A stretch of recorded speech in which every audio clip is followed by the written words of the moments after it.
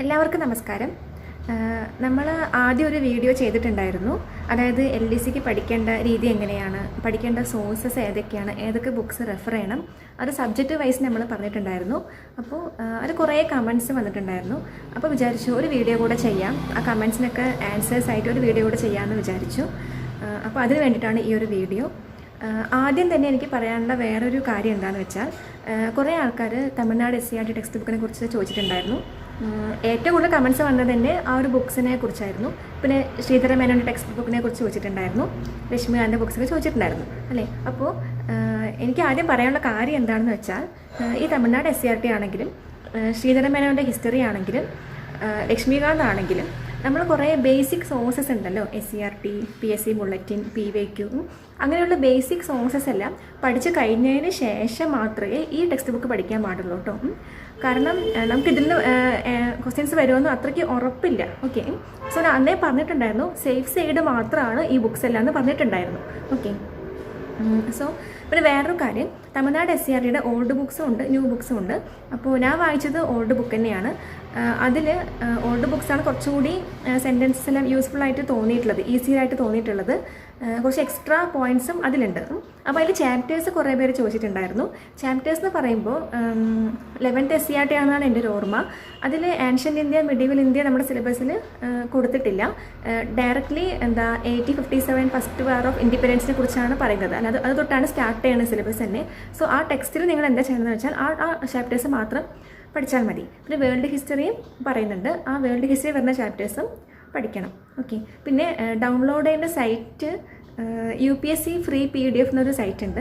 അപ്പോൾ അത് നല്ലൊരു സൈറ്റാണെന്നാണ് കേട്ടിട്ടുള്ളത്, ശ്രമിച്ച് നോക്കാം. ഓക്കെ, അതിന് ലിങ്ക് കിട്ടും.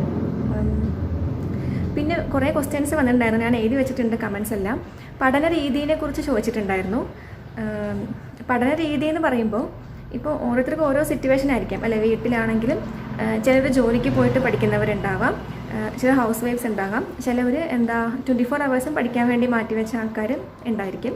ഓക്കെ, സോ എൻ്റെ ഒരു പഠന രീതി എന്ന് പറയുന്നത് എന്താണെന്ന് വെച്ചാൽ 24 hours മീൻസ് അങ്ങനെ ഒറ്റയിരിപ്പിന് അങ്ങനെ പഠിക്കുന്ന ഒരു ടൈപ്പ് ഞാൻ ആയിരുന്നു മുമ്പ്.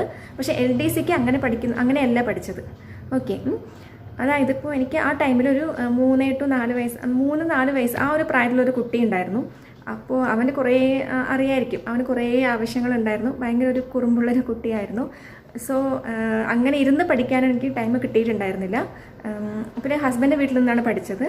അപ്പോൾ തന്നെ എനിക്ക് കുറേ സപ്പോർട്ടൊക്കെ വീട്ടിൽ നിന്ന് കുറേ സപ്പോർട്ട് കിട്ടിയിട്ടുണ്ട്, അതൊരിക്കലും ഇല്ലയെന്ന് പറയാൻ പറ്റില്ല. കുക്കിംഗ് ഒന്നും എനിക്ക് ചെയ്യേണ്ടി വന്നിട്ടില്ല. പക്ഷേ ക്ലീനിങ് ഫുൾ ഞാൻ തന്നെയായിരുന്നു ചെയ്തുകൊണ്ടിരുന്നത്. ആ ഒരു കാര്യവും പിന്നെ കുട്ടിയുടെ കാര്യം, ഈ 2 കാര്യവും നോക്കിയിട്ട് തന്നെയാണ് പഠിച്ചത്. അപ്പോൾ എൻ്റെ ഒരു രീതി എന്ന് പറയുമ്പോൾ, ഞാൻ രാവിലെ എണീച്ചതും അങ്ങനെ പഠിക്കാനിരിക്കാറില്ല. രാവിലെ എണീച്ചത് മെയിൻലി കാണുന്ന എല്ലാ പണികളും തീർത്തിട്ടാണ് പഠിക്കാനിരിക്കുക. അപ്പോൾ എന്താ ഗുണം എന്ന് വെച്ചാൽ, കുറച്ച് മൈൻഡ് റിലാക്സ് ആകുമല്ലോ, ഇനി വേറെ ഒന്നും ചെയ്യാനില്ല, അപ്പോൾ ഇനി പഠിക്കുന്ന കാര്യം മാത്രമേ ഉള്ളൂ. അപ്പോൾ അങ്ങനെ ആകുമ്പോൾ ഇടയ്ക്ക് നമുക്ക് ഒരു കണ്ടിന്യൂവേഷൻ പോവില്ല. സോ അങ്ങനെ ഒരു രീതിയാണ് ഞാൻ പിന്തുടരുന്നത്. ഹൗസ് വൈഫൊക്കെ ആണെങ്കിൽ നിങ്ങൾക്കത് സ്യൂട്ടബിൾ ആണെങ്കിൽ അത് ചെയ്യാം. അതല്ല രാവിലെ എണീച്ചത് കുറേ നേരം പഠിക്കണം, അതിന് ശേഷമാണ് ബാക്കി കാര്യങ്ങൾ ചെയ്യാൻ പോകുന്നത് വെച്ചാൽ അങ്ങനെ. അപ്പോൾ അങ്ങനെ പറയാവുന്ന ആ കാര്യം തന്നെയാണ്. എന്താണെന്ന് വെച്ചാൽ, ഓരോരുത്തരുടെ സിറ്റുവേഷനും മനസ്സും അനുസരിച്ചാണ് ടൈം ടേബിൾ ഇടേണ്ടത്. ഓക്കെ, സോ എൻ്റെ ടൈം ടേബിൾ എല്ലാവർക്കും സ്യൂട്ട് ആവണമെന്നില്ല. ഞാനിങ്ങനെയാണ് ചെയ്തുകൊണ്ടിരുന്നത്. ഓക്കെ, എല്ലാ കാര്യങ്ങളും തീർത്തിട്ട് പിന്നെ ഫുൾ പഠിക്കാൻ വേണ്ടി ഇരിക്കുമായിരുന്നു. പിന്നെ എന്താണെന്ന് വെച്ചാൽ, ഒരു ദിവസം 1-2 സബ്ജക്ട്സ് മാത്രമേ പഠിക്കാറുണ്ടായിരുന്നുള്ളൂ. ഓക്കെ, ചില ആൾക്കാരാണെങ്കിൽ ഒരു ദിവസം എല്ലാ സബ്ജക്ട്സും പഠിക്കുന്ന ടൈപ്പ് ഉണ്ടാവാം. ഞാൻ അങ്ങനെയല്ല. അപ്പോൾ ഒരു ദിവസം ഹിസ്റ്ററിയും ജോഗ്രഫി ഈ 2 കുറച്ച് പഠിക്കും, ആ ടൈപ്പായിരുന്നു. പിന്നെ ഇംഗ്ലീഷും മലയാളം മാത്സും എല്ലാ ദിവസവും പഠിക്കും. ഒരു 5 ക്വസ്റ്റ്യൻ എങ്കിലും എല്ലാ ദിവസവും പഠിക്കാറുണ്ടായിരുന്നു. മലയാളം ആണെങ്കിലും ഇംഗ്ലീഷ് ആണെങ്കിലും ഇപ്പം മാത്സും അങ്ങനെ ചെയ്യാറുണ്ടായിരുന്നു. ഓക്കെ, പോളെങ്കിലും ടെലിഗ്രാമിലെ കുറേ ചാനൽസിൻ്റെ ലാസ്റ്റ് ടൈം പറഞ്ഞിട്ടുണ്ടായിരുന്നു, അതിൽ പോളെങ്കിലും ചെയ്ത് നോക്കാറുണ്ടായിരുന്നു മാത്സിൻ്റെ കാര്യത്തിൽ. ഓക്കെ, ഇംഗ്ലീഷും മലയാളം അതുപോലെ തന്നെയാണ്. അത് എല്ലാ ദിവസവും പഠിക്കുന്നത് തന്നെയായിരിക്കും ഏറ്റവും നല്ലത്.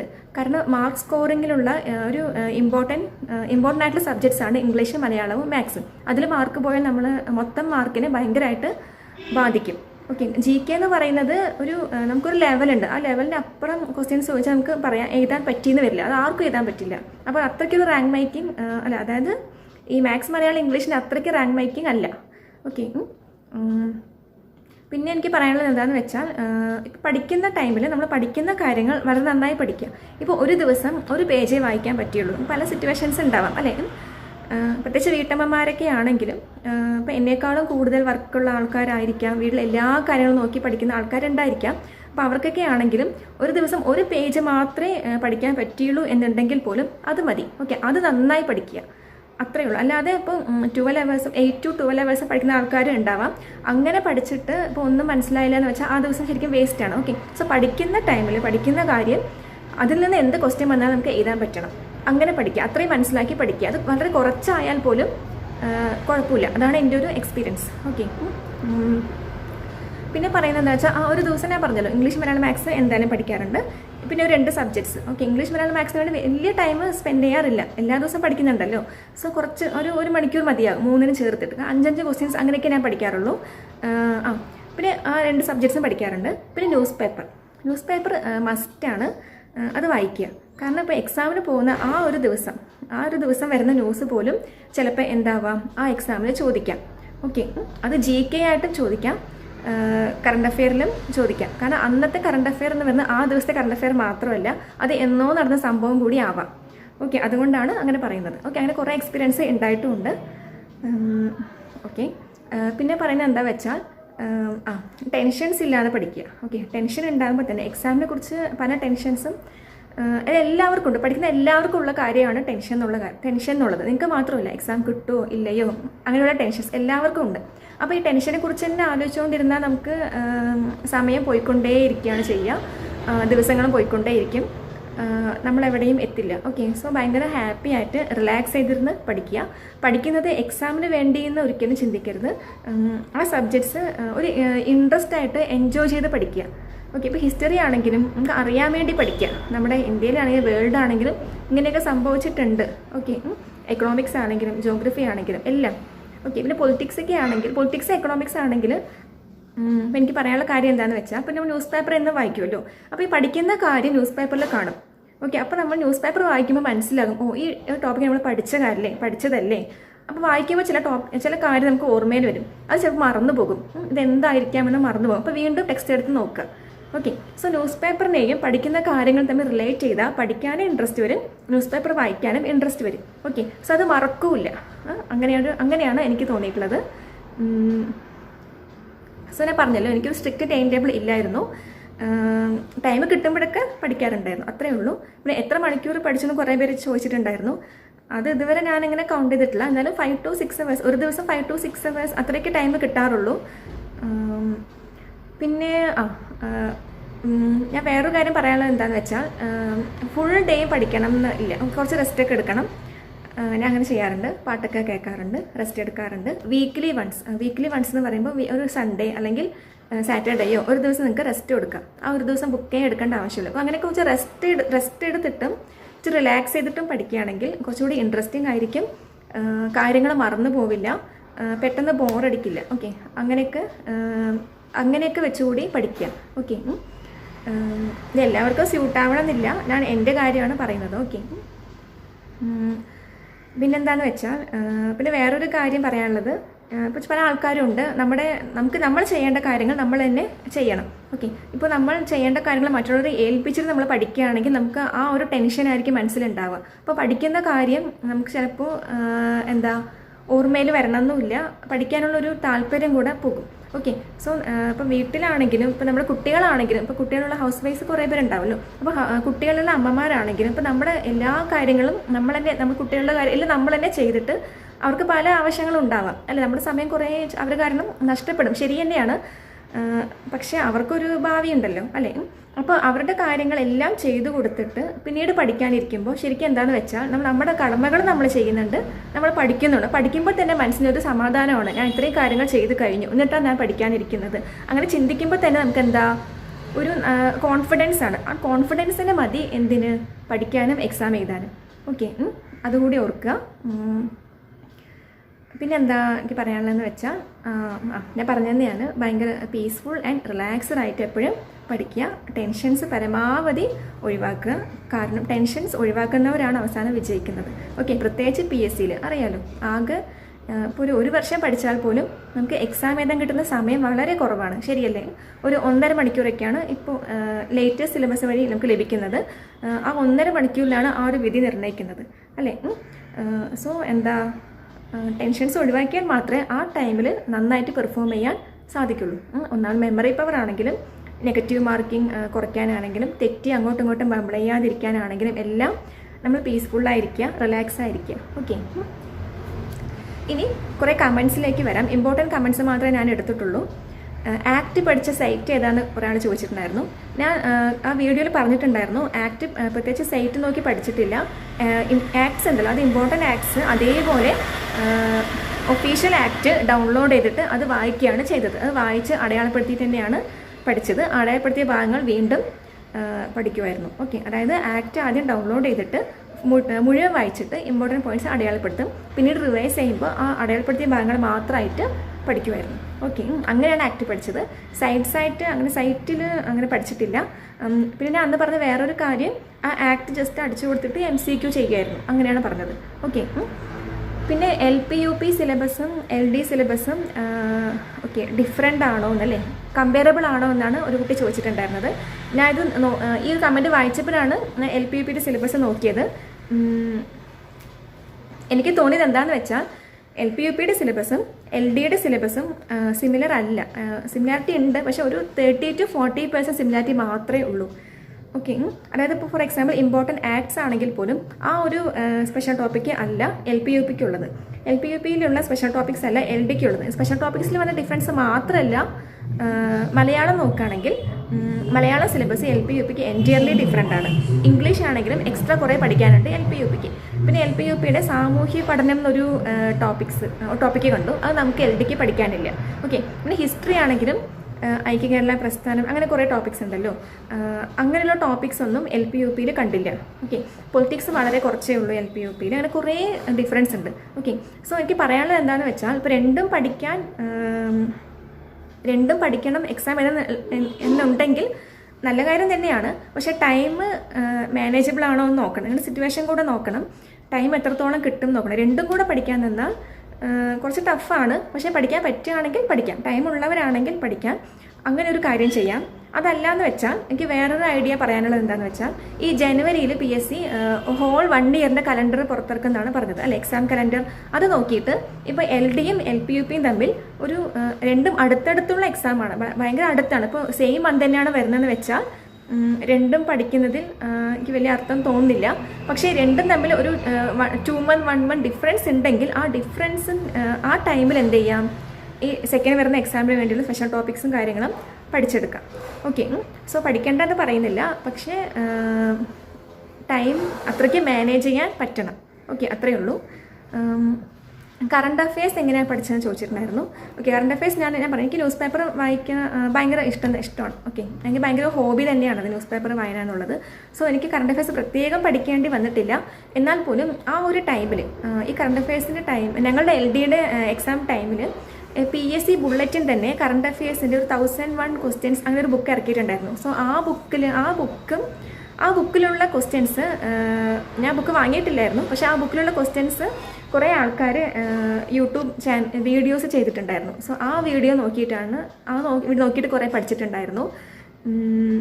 സോ PSC ബുള്ളറ്റിൻ തന്നെയാണ് മെയിൻലി. അല്ലാന്ന് വെച്ചാൽ ഇപ്പോൾ ഞാൻ അപ്പോൾ ഫോളോ ചെയ്തിട്ടില്ല, പക്ഷേ ഇപ്പോൾ ഫോളോ ചെയ്യുന്നുണ്ട്. ടെലഗ്രാമിൽ കുറേ ചാനൽസ് ഉണ്ട്. CA ബൂസ്റ്റർ എന്നൊരു ചാനലിൽ പോൺസ് ചെയ്യാറുണ്ട്. ആനുകാലികം എന്നൊരു ചാനലുണ്ട്. റാങ്ക് ഹാക്കേഴ്സ് എന്നാണ് അവരുടെ യൂട്യൂബ് ചാനലിൻ്റെ പേര്. സോ ഈ ചാനൽസ് എല്ലാം ഭയങ്കര യൂസ്ഫുള്ളാണ് എനിക്ക് തോന്നിയിട്ടുണ്ട്. അത് വേണമെങ്കിൽ നിങ്ങൾക്ക് ഫോളോ ചെയ്യാം. ഓക്കെ, പിന്നെ തമിഴ്നാട് SCERTയുടെ chapters. Okay, Tamil Nadu SCERT chapters ആണ് നമ്മുടെ SCERT പോലെ തന്നെ പഠിക്കുക. നമ്മുടെ SCERTയുടെ സിലബസ് ബേസ് നല്ലതാണ് പഠിക്കുക.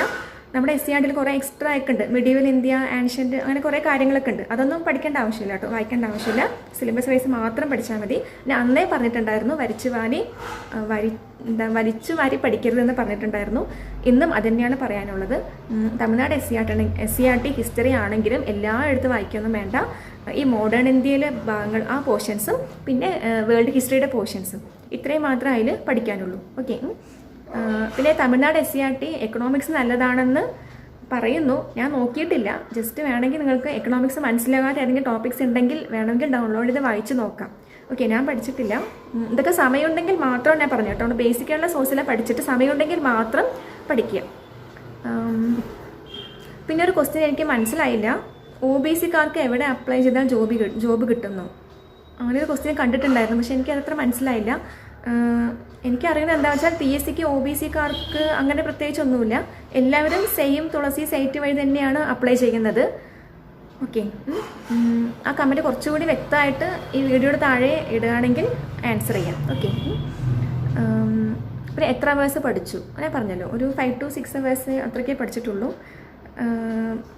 ഞാൻ പറഞ്ഞ കുറച്ചുകൂടെ റെസ്റ്റ് എടുക്കാറുണ്ട്, കുട്ടിയുടെ കാര്യങ്ങൾ നോക്കാറുണ്ട്. ഓക്കെ, പഠിക്കുമ്പോൾ നന്നായി പഠിക്കാറുണ്ടായിരുന്നു. ഓക്കെ, പക്ഷെ ഞാൻ ഇതിന് മുമ്പ് എക്സാംസിനൊക്കെ LDക്ക് മുമ്പും 2-3 PSC കുറേ PSC ഒക്കെ എഴുതിയിട്ടുണ്ട്. പക്ഷേ ആ PSCക്കെല്ലാം ഞാൻ സത്യം പറഞ്ഞാൽ കുറേ ഒരു 10-11 അവേഴ്സൊക്കെ പഠിച്ചിട്ടുണ്ടായിരുന്നു. പക്ഷേ എനിക്ക് എക്സാം ഒന്നും കിട്ടിയിട്ടില്ല.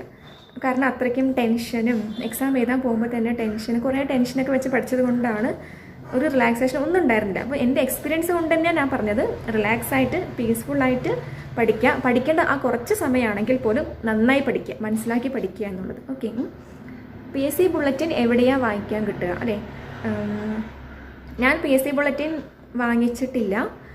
ടെലഗ്രാം ചാനലുണ്ട് കേട്ടോ. PSC ബുള്ളറ്റിൻ തന്നെ ടൈപ്പ് ചെയ്ത് കൊടുത്താൽ, സെർച്ചിൽ ടൈപ്പ് ചെയ്ത് കൊടുത്താൽ കുറേ ടെലഗ്രാം ചാനൽസ് ഉണ്ട്. ആ ചാനൽസിൽ PSC ബുള്ളറ്റിൻ PDF ഇടാറുണ്ട്. അങ്ങനെ നിങ്ങൾക്ക് വായിക്കാം. അതല്ലാന്ന് വെച്ചാൽ ഓൺലൈനായിട്ട് വായിക്കാൻ പറ്റും. ന്യൂസ് പേപ്പർ ഏജൻറ്റിനോട് പറഞ്ഞാൽ കിട്ടുമോ എന്ന് ചോദിച്ചിട്ടുണ്ട്. അതെനിക്കറിയില്ല, നിങ്ങൾ അന്വേഷിച്ച് നോക്കുക. പിന്നെ യൂട്യൂബ് ചാനൽസും ഉണ്ട്. PSC ബുള്ളറ്റിൻ കറണ്ട് അഫയേഴ്സ് മാത്രം ഡിസ്കസ് ചെയ്യണം യൂട്യൂബ് ചാനൽസും കിട്ടും. ഓക്കെ, അതുകൂടെ ഒന്ന് സെർച്ച് ചെയ്ത് നോക്കുക. ഓൺലൈൻ ക്ലാസ് ചേർന്നിട്ടുണ്ട്, അത് മതിയോ എന്ന് ചോദിച്ചിട്ടുണ്ട്. മിക്കവാറും മതിയാകും. അവരെല്ലാം കവർ ചെയ്യുകയാണെങ്കിൽ അത് മതിയാകും തന്നെയാണ് എനിക്ക് തോന്നുന്നത്. പക്ഷേ അവർ സിലബസിലെ എല്ലാ ടോപ്പിക്സും കവർ ചെയ്തു എന്ന് നിങ്ങളും ഉറപ്പ് വരുത്തുക. ഓക്കെ, ബിഗിനേഴ്സിന് എങ്ങനെയാണ് പഠിക്കേണ്ടത്? ഓക്കെ, ബിഗിനേഴ്സ് എന്ന് പറയുമ്പോൾ ഇതുതന്നെയാണ്, സെയിം തന്നെയാണ്. ആദ്യം SCERT വായിക്കുക.